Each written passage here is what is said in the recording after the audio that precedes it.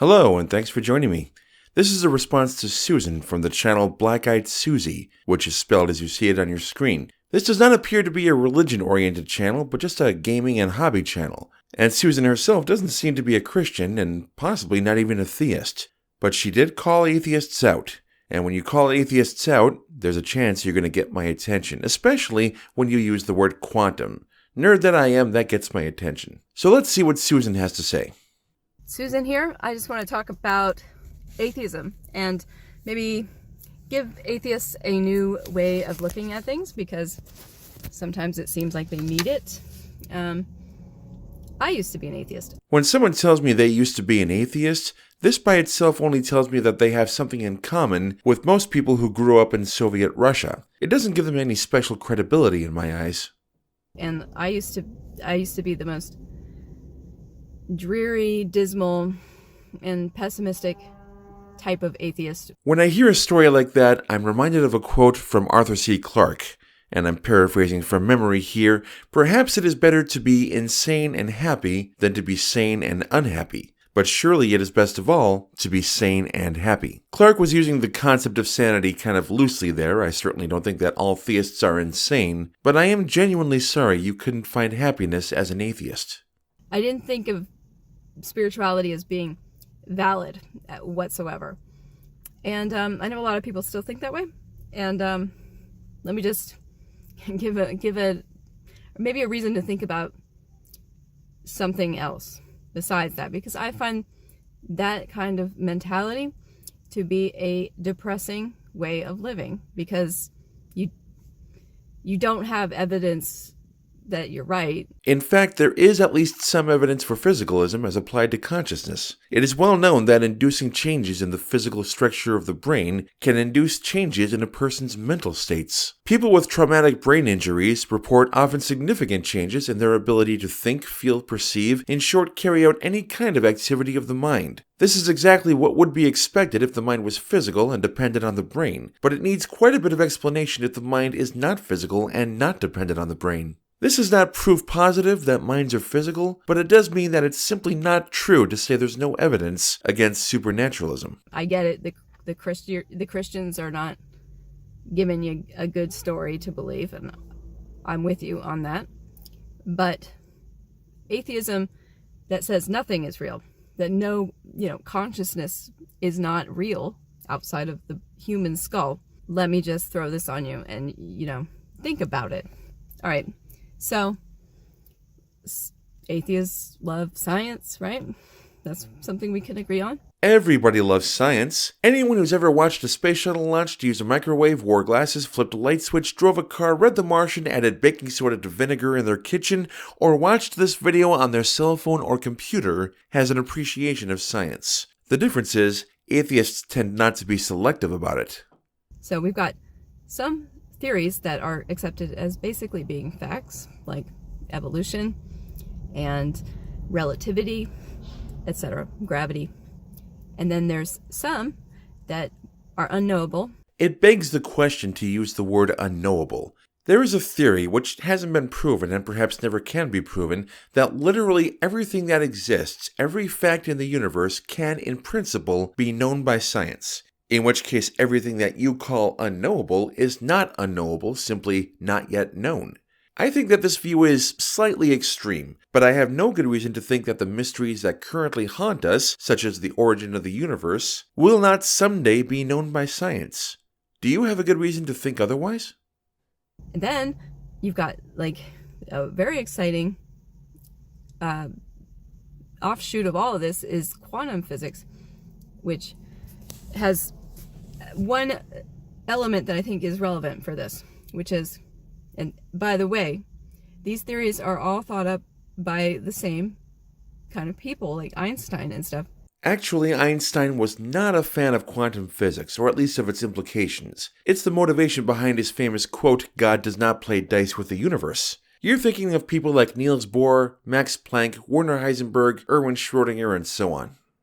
These are not like batshit theories. These are serious theories with actual evidence that they exist. So, quantum entanglement, you have two particles, and they're connected.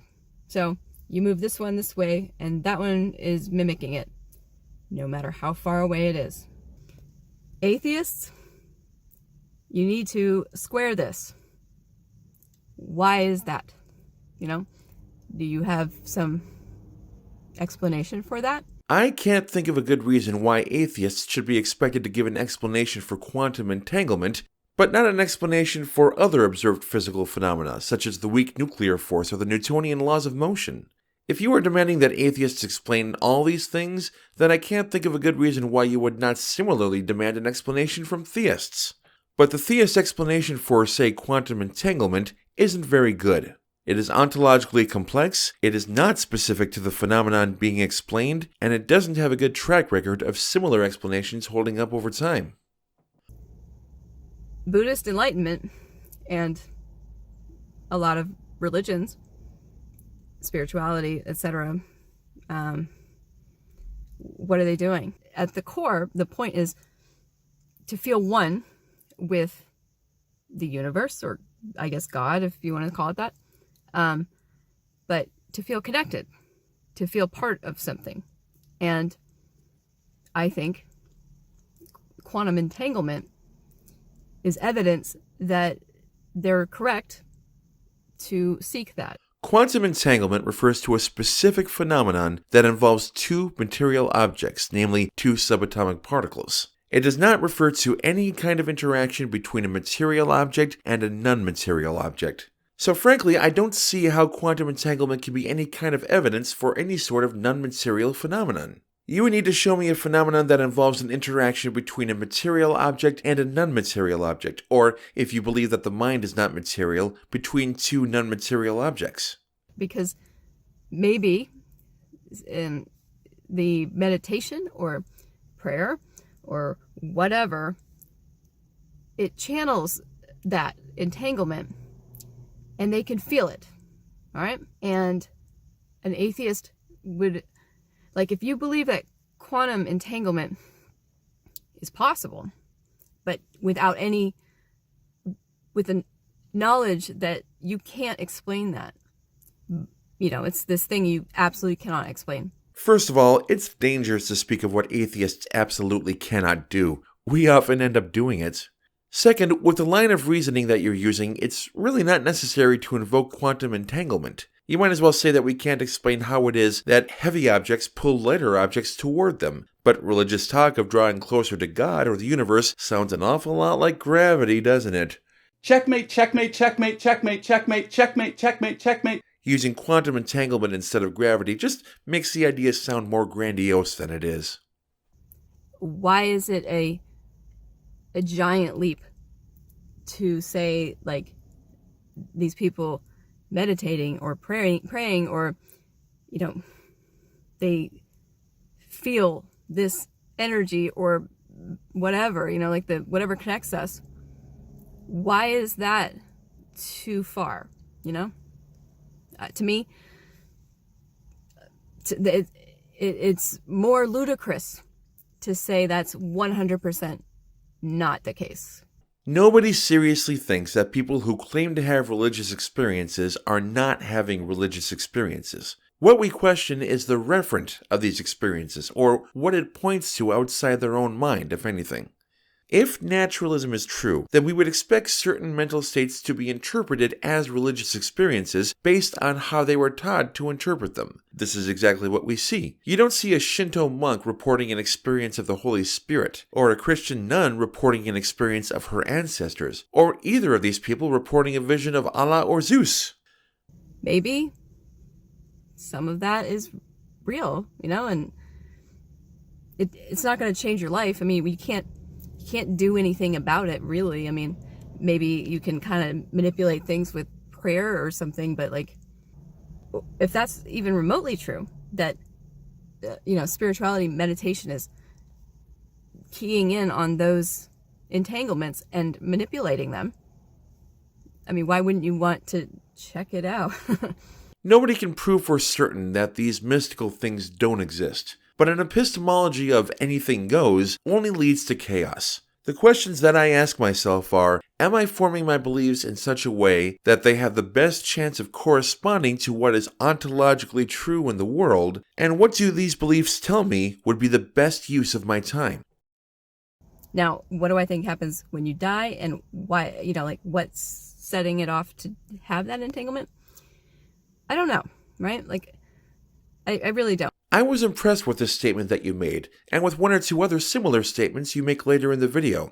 Here's another science fiction quote, this time from Mr. Data in Star Trek. The most elementary and valuable statement in science, the beginning of wisdom, is, I do not know.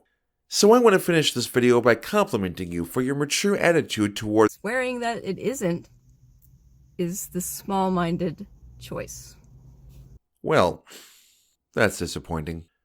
If you like this video, please hit the like button, and if you want to see more content like this, please hit the subscribe button. And if you have something you want to say about the big questions or about small minds, leave a comment below. Thank you so much for watching. I'm David John Wellman, and the rest is up to you.